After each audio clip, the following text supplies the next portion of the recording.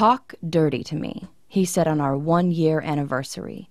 We were in bed, making love. I felt a rush of panic in my chest. Fear.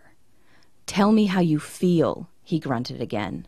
And I felt my mouth go dry, my heart racing as I panicked, and my mind went totally blank. What did he want me to say? What did he want me to do? Finally, awkwardly, I opened my mouth and whispered, "Your penis feels really good." Silence, like a tumbleweed rolling across a street in the Old West. He didn't ask again. He closed his eyes like he was concentrating, and I wondered what he was thinking of. I wondered where he went. But the worst part happened later that night. It was a little after 2 in the morning when I woke up and found the bed empty. I pulled on my robe and padded out to the living room, thinking he'd gone to get a drink of water or something. And then I heard a sound that sent a chill through my whole body. A female voice. Moaning. My palms sweaty, I crept around the corner and saw him. The man I loved, Kevin, sitting at the computer naked, touching himself. We'd just made love a few hours before, but here he was masturbating and watching porn. I've always wondered why guys do that. Why would you need to watch porn when you've got a real woman right there? On the screen was a girl, not even a very pretty girl, not much prettier than me, touching herself and moaning and saying the dirtiest, naughtiest things. Things a good girl like me would never think of. Things I thought I could never make myself say.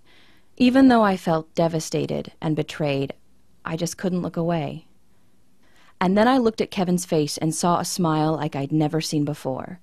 In a year together, I'd never seen him look so happy and masculine and satisfied.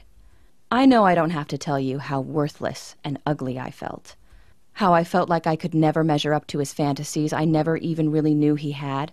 And I thought of the times we tried to experiment and I'd wanted him to try new things and he'd just grumble like a sad puppy. I acted like I was asleep when he came back to bed. Like I'd been asleep the whole time, burying my face in the pillow so he wouldn't see the tears. He spooned me and I shuddered, and I had to bite my tongue so I didn't tighten up. And I lay there for hours thinking and making a decision. I thought of how I looked in the mirror. I'd never be a supermodel. I'd never be 22 again, thank God. I'd never be a porn star and never wanted to be. And lying there, feeling his breath on my neck, I knew I could do one of 3 things. I could ignore that this ever happened, bury my head in the sand and pretend we were happy. I could confront him. I could get mad at him for looking at other girls and thinking about other girls. I could be furious and yell at him and forbid him from ever looking at porn again and end up pushing him farther away. Or I could make the choice I did. I could learn the secret fantasies of my guy. Of all guys. I could learn the sexual psychology of men, why men want what they want, instead of sticking my head in the sand like most women. And I could learn to play his secret desires like a violin, and inspire him to give me everything I've ever fantasized about. I fired up my laptop the next day, excited at what I was going to learn. But quickly I got frustrated, and then disgusted. All over the internet, all I found were books and articles and YouTube videos by sleazy pickup artist type guys and 22-year-old bimbos telling me that I had to act like a slut or a nymphomaniac teenager to make a man happy. And I knew that couldn't be the truth. I knew that getting what I wanted didn't have to mean giving up who I was. So I went on a mission to find out the truth.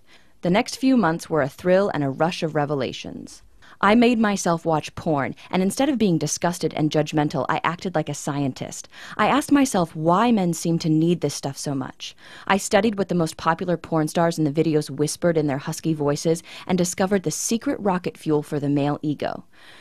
Through a forum, I tracked down a retired phone sex expert who played fantasy girl for thousands of men. She taught me the power of the feminine voice, the exact tone that bores into a man's mind, and what men are really seeking emotionally when they think they're seeking sex. I got my best guy friends fall over drunk until they finally broke the bro code and told me what they really wanted and what they really dreamed of. I booked time with a sex therapist all by myself and scribbled furious notes as she explained why men can become erotically impotent with women they love and how to keep it from ever happening to you. because we just give too much for $47. If you're still seeing this page, it means he hasn't forced me to cancel the discount yet. But please, if you come back in a few hours or tomorrow and you can't get the discount anymore, please don't write me begging. If you pass this up now, there's just nothing I can do for you. And just to take away every excuse you might have not to give this to yourself, I'm going to back up everything I've said with a truly astonishing guarantee. Here's how it works. Just enroll in the Language of Desire program right now. Use the material. It's so easy to use and done for you. See for yourself how much fun love and sex can really be when you know this secret code.